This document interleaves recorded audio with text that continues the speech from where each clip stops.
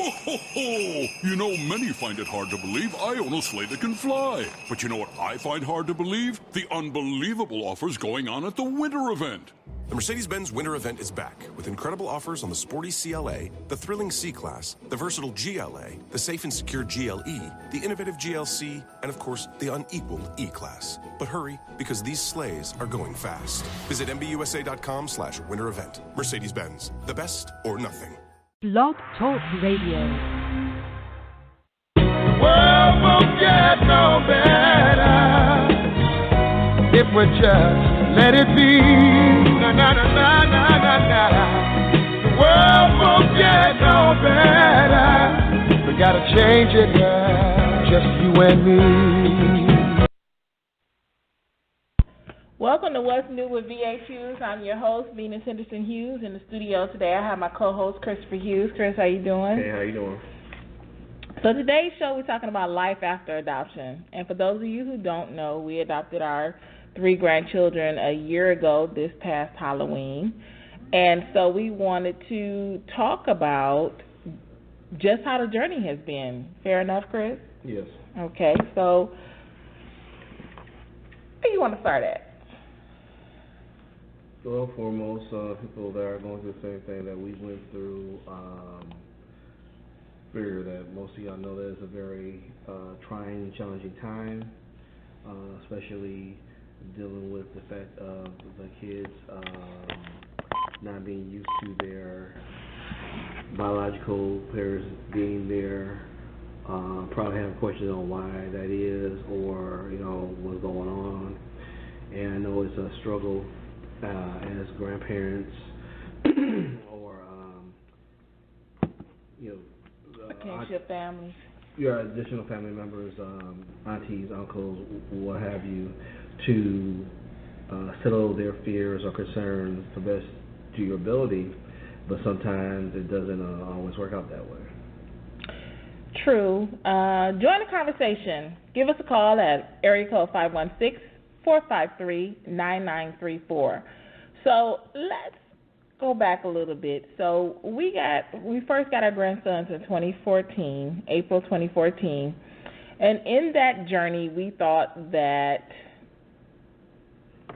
give some time and they would return to their mothers.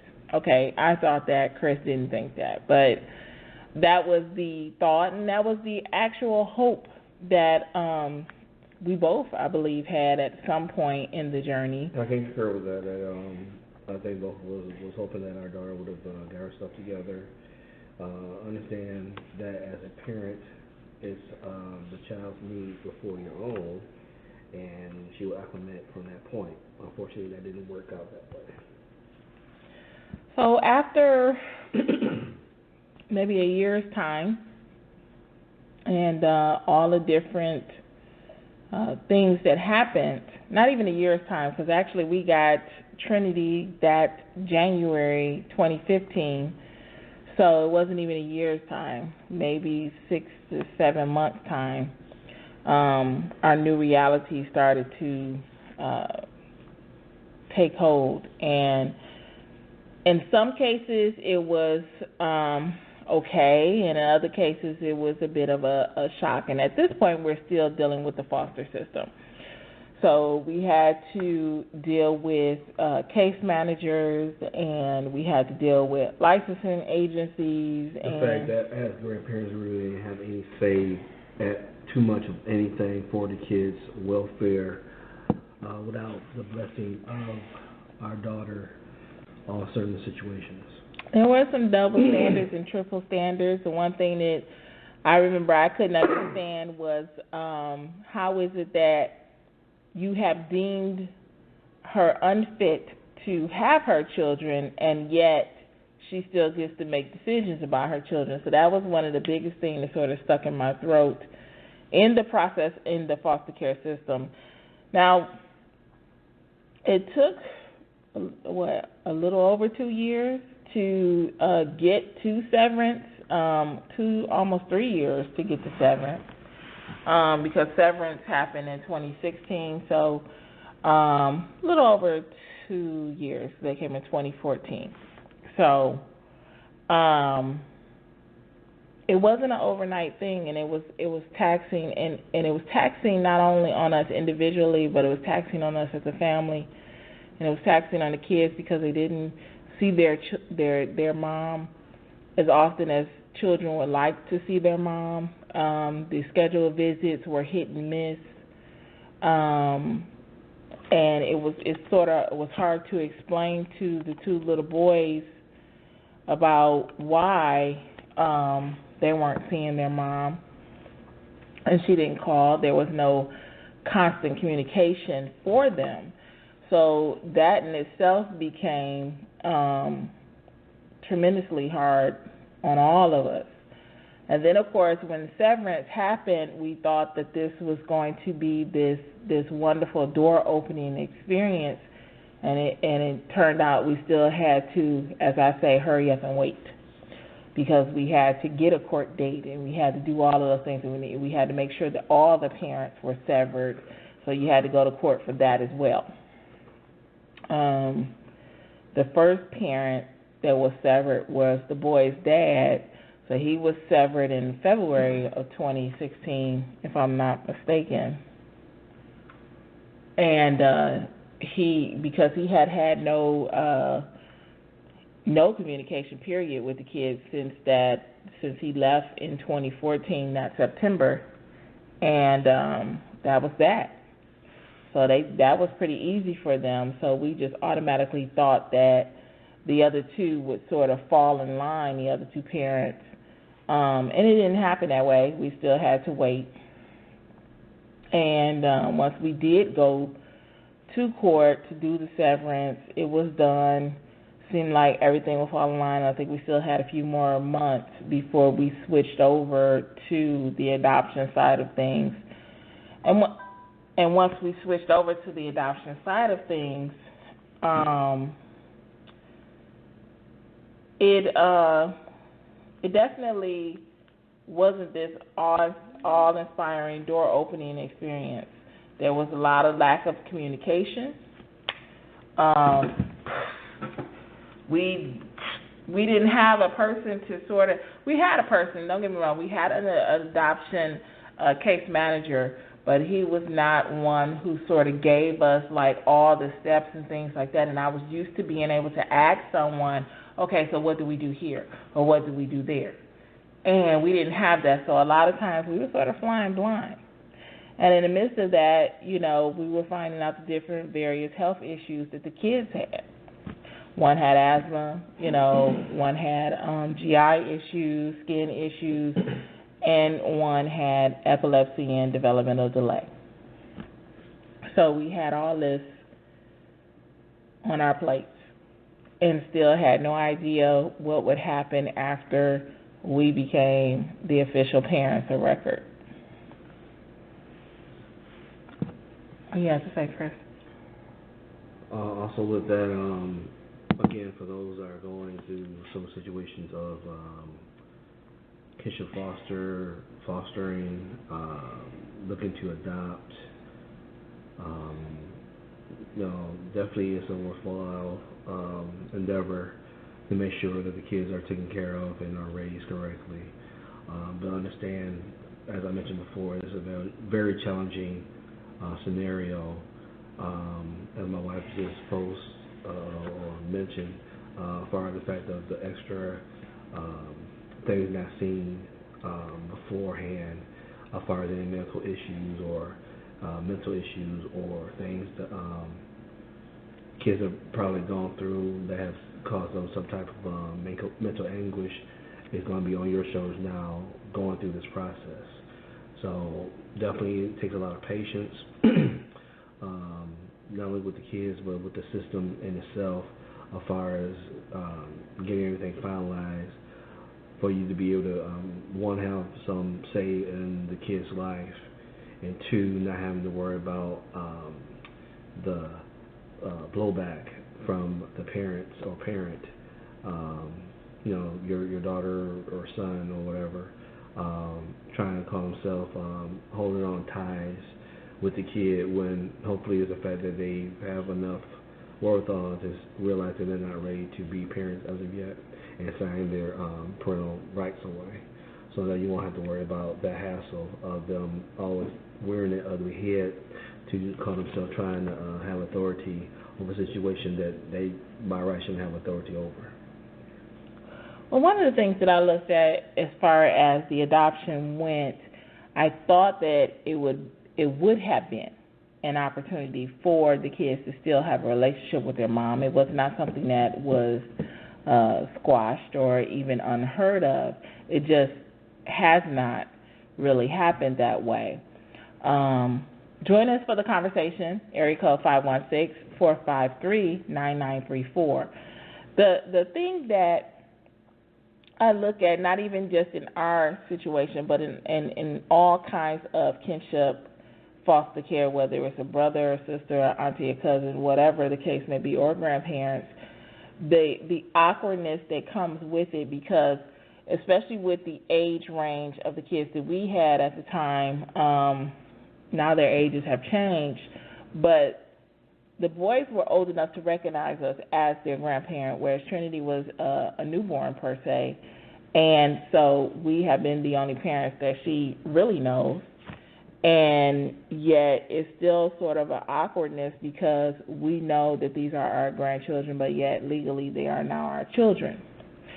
In becoming their parents and ensuring that they're all okay and things like that, there's still this sort of proverbial shoe that is always ready to drop, because you're now looked at under such scrutiny because these children were once in the system, and of course anything that had happened to them follows them. So if something happens, all they do is go in the system and see that they were in the system as well. So you have that on your shoulders as well. And it's really tough because you can't be completely and totally a parent, whether it's disciplining your child or whatever the case may be. It's difficult. And there are not a lot of services that are available to you as an adoptive parent compared to a foster parent as well. We have had situations where we were in need of, clothes and things like that, and, we just had to figure it out. As a foster parent, especially a kinship foster parent, there are agencies that help you with diapers and clothes and things like that. Once you're a mom and dad, you're it. But it is our hope, especially with our young program, young grandparents observing, understanding, nurturing grandchildren, that we could be a catalyst to help those adoptive parents and even parents considering being foster care, kinship foster care families in situations where they are in need, and we can get them either to the right place or we can help them. So we're working on that. That's why that program was created. This is National Adoption Month. This is a huge month where all little kids, not just kinship, but kids all over, are looking for this particular month so that they can be adopted, so they can find their quote-unquote forever home. With that though, please, for those that are listening, again, go through the same things we went through, or in the same processes, understand something. As I mentioned, definitely you are to be commended for stepping up in the situation that your son, daughter, uncle, whatever situation it is that the child's in the system, and you're trying to take steps to have the responsibility on yourself to make sure that that child or children are taken care of. But a situation happened in our process that we felt that it was a little too much on us to go ahead and take the kid, that we didn't have the tools and toolbox, as I said, to take care of the children as they needed to, and was going to allow them to go back in the system.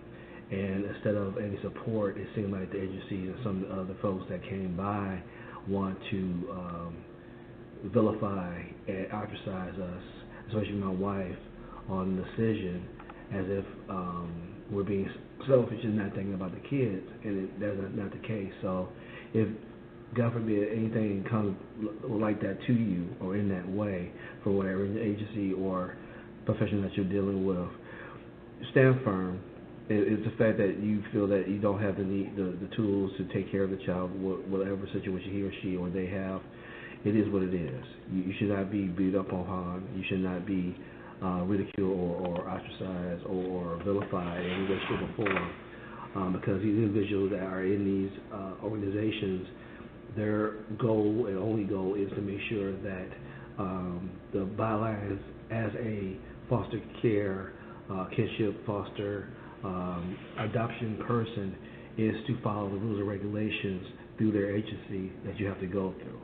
As far as the fact of how you feel getting up maybe 20 times a night for someone, or the fact that a particular child is crying and you don't have any way to help them, or potty training, or whatever the situation is, and that's too much for you, that's understandable, and it shouldn't be used as a backhanded slap to you if you feel that it's too much for you or on your plate to help this child or children. Well, now I know that in our journey we had a lot, and there was a point where we seriously considered not going further in the process. And when I say not going further in the process, I mean adopting the kids, period. And,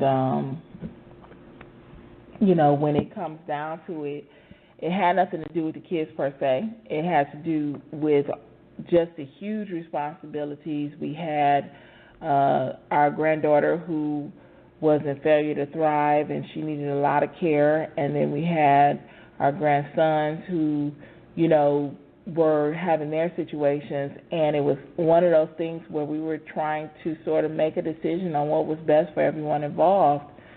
And it wasn't the case of loving one more over the other one. It was just the fact that how can you sort of split yourself to make sure that they all were handled, and we were definitely under a microscope. And that, again, was before we got to the adoption stage. The bumps and the bruises and the pain that went along with that, not only just from your own child, but from the preconceived notions of the agencies that I received on so many occasions because of whatever, and I didn't care, and I still don't care to look into whatever was thought about me. My whole end-all, be-all was to make sure that these children had whatever they needed, and I still do that. The whole advocacy part of things, even with our nonprofit, is to make sure that people are able to get their end results. I'm not new to advocacy. Advocacy started a long time ago with working with my mom and my grandmother, and it just fit, especially with getting to the needs of these children. So, no, I did not know the first, things as far as, signing someone up for the Division of Developmental Disabilities or, AZIP or any of those things or any other sort. But I researched, I learned, I asked questions, and that's what happened. And now that the kids are adopted, they still have some of the services in place, especially with them going to school and things like that. But it's not as easy as it was, or difficult as it was too, because we don't have some of the difficulties. We don't have those barriers of having to wait to get the green light from the state of Arizona anymore. We are the green light, but there are still difficulties because of the fact is that, they're still on Medicaid because that's what's basically best for them, especially with the various conditions that they have. But like I said, I honestly didn't think that we were going to get to adoption, and now that we have celebrated our year after adoption, and, some of the thoughts and feelings have sort of went away, and some are still there as fresh as they were. but especially with knowing the effort that should have been there for those three was placed on another child by our daughter. So the effort and the experience, I'm not going to say, it's devastating to know that there was much more effort put into the newer child than it was to the three, and the three really needed it, especially with the older one. So he definitely suffered in not having continual relationships with his mom. But, maybe, we don't know the future. Maybe in the future, and hopefully in the near future, things will change. Yeah, but at the same time, I still feel, in my experience with this, that the aspect of most parents, appearing in their kids' life, hey, I'm your dad or mom, and then going about their business to live their life how they want to and not be there for the child, is a disservice to the child. So if it's the fact that later on in their lives they want to have their mom, in their life, what can it be, I'm not going to stop that. But for the time being, as far as setting up a stable, viable, safe environment for them, they're dealing with their mom, or if the biological father want to call, can it be, to reach out, whatever can it be, is a disservice and actually disrespectful to me towards them, since, like you mentioned, the energy for their youngest sibling seem to be more intact for our daughter than anything else for right now. Well, my policy, you don't, bridges have to be built and at some point crossed. And right now, all bridges have been sort of blown up and have to be rebuilt, have to be established. I don't see those bridges being really built until there's a for real effort, and I don't see that effort there. There's one thing to send lovely little, emails or birthday emails or things like that, but it's one thing to put an effort. All in all, I can say that our life after adoption, it has not been all difficult. It hasn't been easy either. But, when you are reparenting or parenting again, or in your second parenthood, whatever you want to call it, being a parent is not an easy task in itself. True. And it's even more difficult when you're parenting somebody else's children and they become yours. So, the whole aspect of restarting again as parents is definitely a challenging thing, especially when you've done your due diligence to take care of your own kids, and for whatever reason, good, bad, or indifferent, they go on their own to do their own thing, whatever, is the hope and blessing that they have some wherewithal to live their life like they want to, but if it's the fact of bringing in responsibility that they're not ready for, they wouldn't do that. Now, most families, unfortunately, go through that where they deal with their children or family member who then living their life how they want to and being out there like that, as I said, by a lot of the young folks I've talked to, the aspect of having children and not taking care of them, and then they go in the system, and then the family members, whoever that might be, wants to make sure that child's taken care of. It's just, to me, again, a disservice for that whole, hey, I'm your mom, I'm your dad, every few weeks or every few months or whatever. That's wrong. I can never say our daughter doesn't love her kids. I just always post the fact that she doesn't love them enough as a parent is supposed to sacrifice their wants and whims for the sake of their children. Well, a child is a responsibility, and not everybody is ready for that responsibility. Whatever age they are, some people are just not ready. Regardless of the fact, there are so many children out there still, whether they are kinship foster care or regular foster care, that are in need of homes.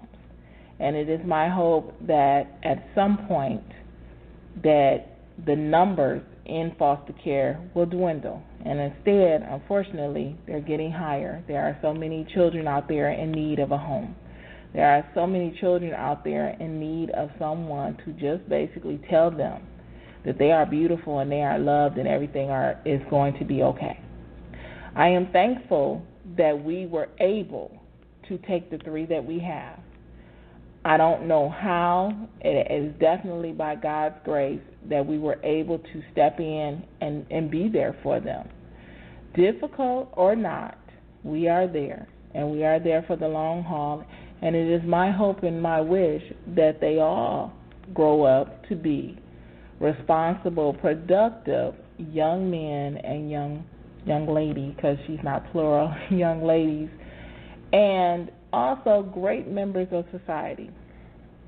And with that, H3P, or Henderson-Hughes Health Partners, currently has a fundraiser going on to extend our community outreach. So we have some community outreach programs, one dealing with the back-to-school drives that we do, another one dealing with the hygiene packages that we do, and the other one has to do with the cleaning products that we do.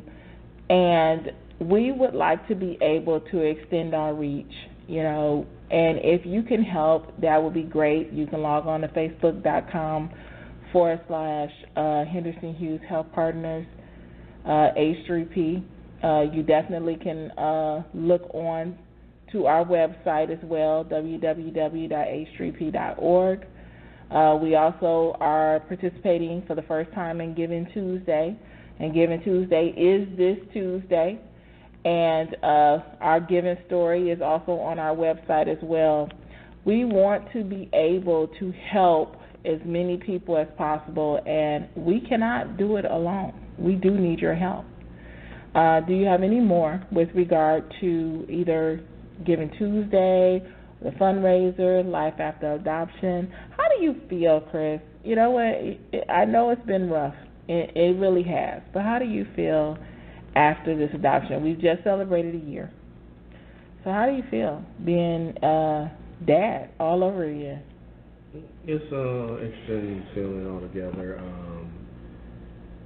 The aspect of me as a grandparent, not really enjoying that part of it. And so I feel like you got robbed out of being a grandparent. In a matter of speaking, because I hear most grandparents, enjoying their time with their grandkids and giving them back. Right. Well, that's the thing. Weekend, holidays, special occasion or whatever, and they're able to return them to their viable, responsible parents. We never had that opportunity. We have our kids 24/7. So here it is. Is a bittersweet thing for the fact that, again, we've done our job as parents, as responsible parents, to raise our children. But now we're starting over again with our oldest child's kids, before being able to enjoy our lives as, the responsibility as parents. But I can say that it's been an incredible journey due to the fact that when we first got them from foster care or from the system, and the way that they were, as far as not really speaking that well, not even speaking at all. Sometimes they didn't really eat all that well or whatever, and to hear them thriving a lot better since that time period, that's an amazing blessing. So all we can hope for and continue to thrive for is to make sure that they're okay, safe, food in their stomach, clothes on their back, roof over their head, and struggle and make them viable as a parents are supposed to.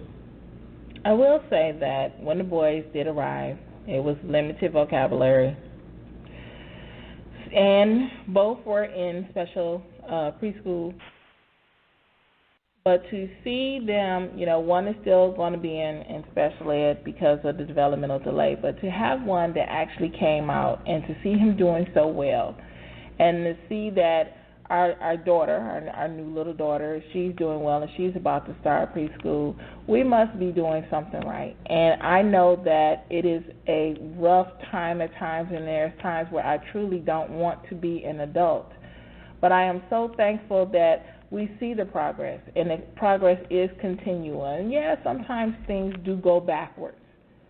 But all in all, I know that it is the best decision that we have ever made.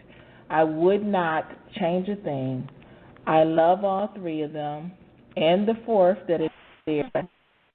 And I know that everything will be okay. This has been What's New with VHHughes.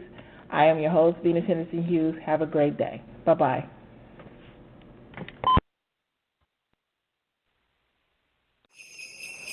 Ho, ho, ho! You know, many find it hard to believe I own a sleigh that can fly. But you know what I find hard to believe? The unbelievable offers going on at the winter event.